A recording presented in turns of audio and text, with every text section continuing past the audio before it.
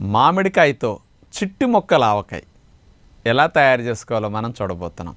అసలు ఆవకాయ అనే పదం వినేసరికి మనకి ఎక్కడో ప్రాణం లేచొచ్చేస్తుంది, నోరు ఊరిపోతూ ఉంటుంది. ఆంధ్రులు అంటే పెట్టింది పేరు ఆవకాయలకి. మరి అలాంటి ఆవకాయల్లో ఉప్పును బాగా వేస్తాం కాబట్టి అవి నిలవ ఉంటాయి.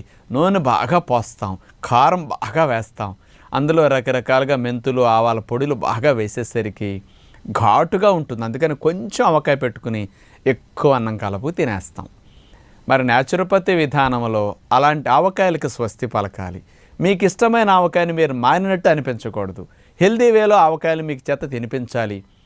నేను ఏటిని మిస్ అవ్వలేదు, నేను ఆరోగ్యాన్ని పొందుతూ కూడా ఆవకాయలు తింటున్నాననే ఫీలింగ్ మీకు కలిగించడానికి మన పద్ధతిలో చిట్టి మొక్కల ఆవకాయ స్పెషల్గా ఎక్కడా ఉప్పు వాడకుండా నూనె వాడకుండా ఎలా చేసుకోవచ్చో టేస్టీగా ఇప్పుడు చూపించబోతున్నాం. ఈ